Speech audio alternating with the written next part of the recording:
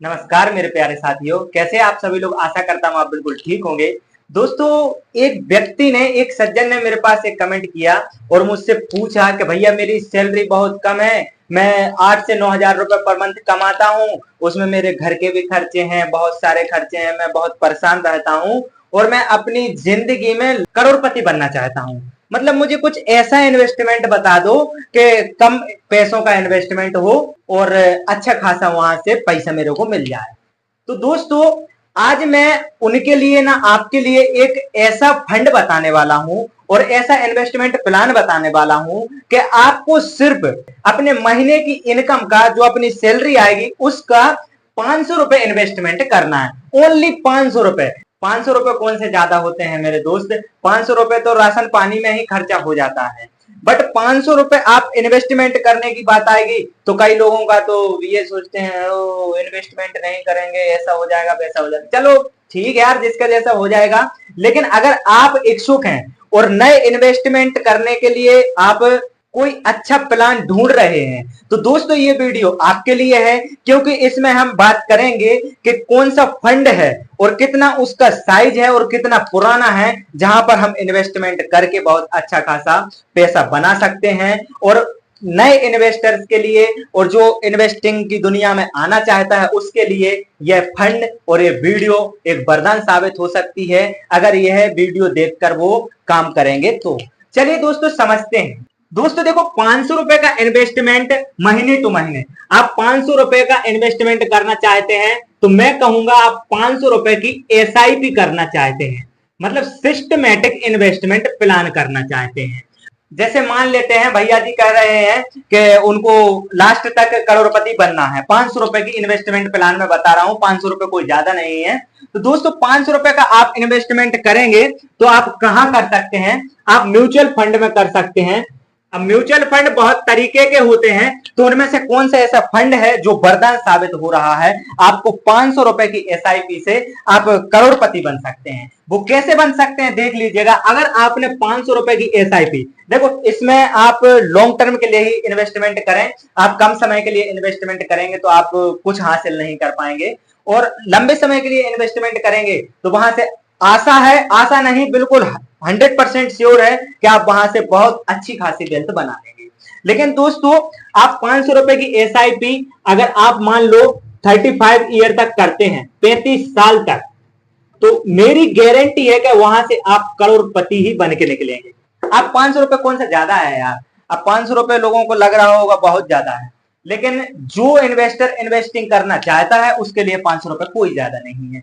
आप 35 साल में आप करोड़पति बन जाएंगे, और हो सकता है इससे पहले भी करोड़पति बन जाए, क्योंकि जिस फंड की मैं बात कर रहा हूं उस फंड ने 23 साल के अंदर लोगों को करोड़पति बना दिया है। जो जो व्यक्ति 500 रुपए की एसआईपी कर रहा होगा, उस फंड ने उस व्यक्ति को 23 साल में करोड़पति बना दिया है। तो अब देख लेते हैं दोस्तों कि कौन सा वो फंड है।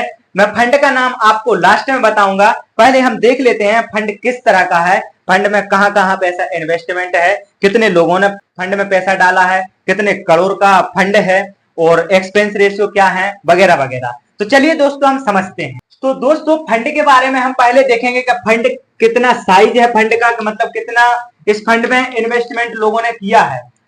10 रुपए किया है, 50 रुपए किया है, कितना किया है।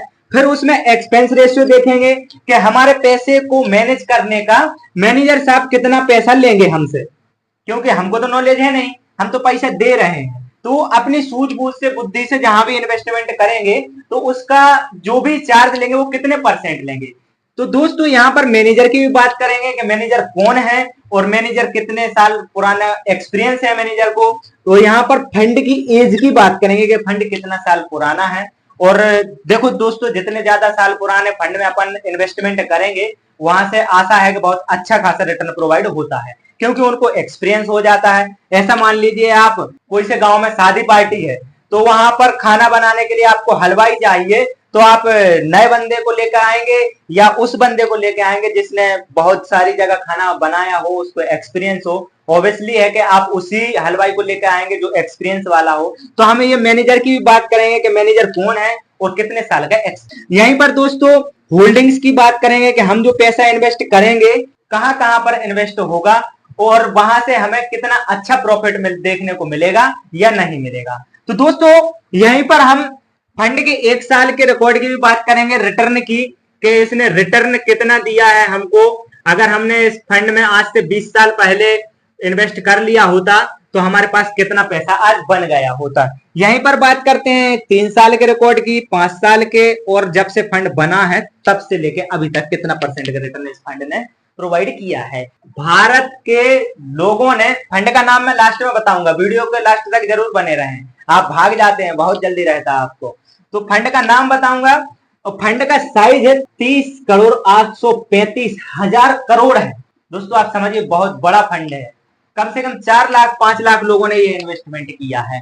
यहीं पर एक्सपेंस रेशियो की बात की जाए दोस्तों, तो एक्सपेंस रेशियो इस फंड में 0.66% है।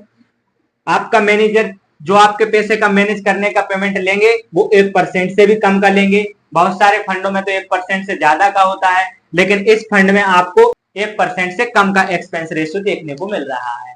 यहीं पर मैनेजर की बात करें तो मैनेजर हैं आर श्रीनिवासन, ठीक है। और ये आर श्रीनिवासन भाई साहब को कितने साल का एक्सपीरियंस है पता है? 10 साल का, 10 साल का एक्सपीरियंस है। अब देखो दोस्तों, जो इंसान 10 साल वहां पर काम किया हो तो उसको कितना ज्यादा एक्सपीरियंस होगा, और वो है कितने सूझबूझ से अपना पैसा इन्वेस्टमेंट करेगा। यहीं पर बात करें फंड की एज की, तो फंड की जो एज है वो 14 साल पुरानी है। ये फंड 14 साल पुराना है दोस्तों। देखो, अगर मैंने 14 साल पहले इस फंड में इन्वेस्टमेंट कर दिया होता तो मेरे पास कितने रुपए होते मैं आपको बताऊं। और होल्डिंग की बात करें तो दोस्तों लार्ज कैप में इस फंड ने इन्वेस्टमेंट किया है 35%, और मिड कैप और स्मॉल कैप इन दोनों कंपनियों में किया है इसने 65%। देखिए दोस्तों, ये फंड में ज्यादा दिक्कत वाली बात नहीं है, ज्यादा रिस्क भी नहीं है। यहाँ पर आपका जो पैसा इन्वेस्टमेंट किया है वो लार्ज कैप कंपनियों में 35% किया है, और स्मॉल कैप मिड कैप कंपनियों में 65% किया है। तो दोस्तों देखो, जीवन में थोड़ी सी रिस्क जरूर लेना चाहिए यार। मैं तो कहूंगा अगर आप थोड़ी सी रिस्क लेना जानते हैं और रिस्क लेना समझ गए तो आपके लिए अमीर आदमी बनने से कोई नहीं रोक सकता। क्योंकि रिस्क तो उसने भी लिया होगा जो सबसे पहले बल्ब बनाया था, और रिस्क उसने भी लिया होगा जिसने सबसे पहले मोबाइल बनाया था। जिसने जो कुछ किया है उसने रिस्क तो लिया होगा मेरे दोस्त, ये बात आप जरूर समझ लीजिए। यहीं पर बात करें इस फंड के 1 साल के रिटर्न की, तो दोस्तों इस फंड ने 1 साल के अंदर जो रिटर्न दिया है वो दिया है 43% का, और 3 साल के अंदर जो रिटर्न दिया है वो दिया है 24% का। देखिए दोस्तों, बहुत ही अच्छे तरीके से इस फंड ने लोगों का पैसा 2 गुना, 4 गुना, 5 गुना, 10 गुना तक बढ़ा दिया है दोस्तों। यहीं पर देखो 5 साल का रिकॉर्ड देखें तो दोस्तों 5 साल के अंदर 30% का रिटर्न है। और यहीं पर ये फंड जब से बना है, मतलब 14 सालों के अंदर, तो 14 सालों के अंदर इस फंड ने आपको 27% का रिटर्न प्रोवाइड किया है दोस्तों। देखो दोस्तों, मैं जो आपको कैलकुलेशन बताऊंगा उसमें आपको 27% के हिसाब से नहीं बताऊंगा। अगर आप चाहते हैं बताऊं तो बता दूंगा भैया, बता दूंगा, आप टेंशन ना लो, 27% के हिसाब से भी बता दूंगा। बट पहले ये समझो कि मार्केट ने 14 साल के अंदर 27% का रिटर्न दिया है ये फंड ने। अब इस फंड का हम नाम देखना चाहें तो इस फंड का नाम है एसबीआई स्मॉल कैप फंड। दोस्तों मैंने यही फंड क्यों चुना है उसका भी एक रीजन है।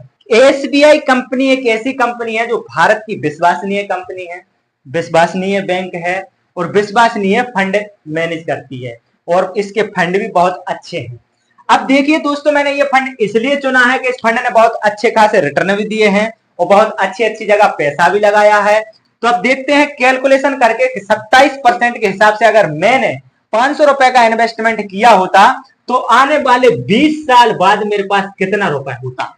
देखिए दोस्तों, अगर आप 27% का रिटर्न लेने में सफल हो जाते, यहां पर मैं कहता हूं कि आप 20% का रिटर्न आशा करो, क्योंकि लंबे समय के लिए कर रहे हो, लंबे समय में कुछ भी हो सकता है, तो आप 20% की आशा करो। वो 27 का मिल जाएगा तो वो तो हमारा ही है, वो कहां जा रहा है यार। 27% या 20% जो भी हो, बट एसआईपी अगर 500 रुपए की हम करेंगे, 500 रुपए की, तो हमारे पास कितना रुपए होगा भैया आने वाले 20 साल बाद, 30 साल बाद हम करोड़पति कब बनेंगे 500 रुपए से। देखिए दोस्तों, इस फंड ने 27% का रिटर्न दिया है।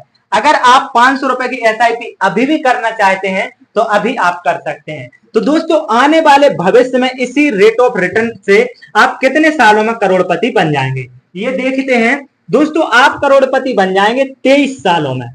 तो 23 सालों में आपके पास कितना रुपए होगा, 1,05,00,000। तो दोस्तों, 23 सालों में आपके पास 1,05,00,000 रुपए होंगे।